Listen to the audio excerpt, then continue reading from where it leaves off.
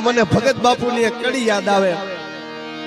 એ જી તારા આંગણિયા એ પૂછીને કોઈ જોગાવે રે, આવકારો મીઠો આપજે રે જી. એ જી તારા કાને રે સંકટ કોઈ સંભળાવે રે, બને તો થોડું કાપજે રે જી. આખી કવિતા તો લાંબી છે પણ છેલ્લી કડીમાં કાગ બાપુએ બહુ સારી વાત કરી. કાગયે ને પાણી પાજે અન ભેળો બેહી ખાજે રે, કાગયે ને પાણી પાજે અન ભેળો બેહી ખાજે રે, એ જીને ઝાપારે સુધી તું વળાવાને જાજે રે, આવકારો મીઠો.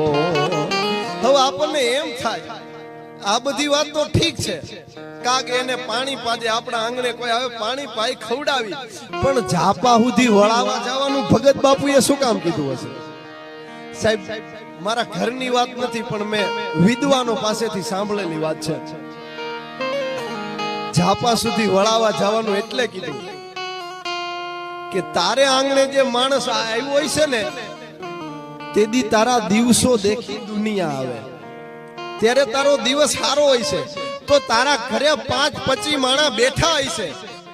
હવે ઈ જે તારે આંગણે આવેલો માણસ કઈક એને દુઃખની કે પીડાની કઈક વાત કેવી હશે ને તો ઈ 5-25 માણસ બેઠા હશે તો ઈ નહીં કહી શકે. તો સાહેબ તું એને હે ને એક કામ કરજે ને, ઝાપા સુધી એકલો વળાવા જાજે અને ઝાપે પૂગીને પછી જરાક પૂછજે બાપા કઈ કામ હતું બાપા? ઓલા 5-25 જણા બેઠા હશે ને તો એ વાત નહીં કરી શકે.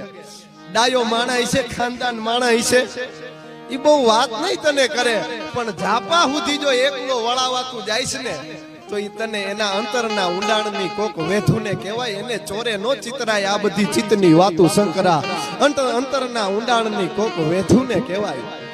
ઈ તું વેધુ માણસ બરોબર હઈશ તો ઈ તને વાત કહે. એટલે માટે ઝાપા સુધી વળાવવા, કઈક દુઃખની કે કઈક પીડાની વાત હશે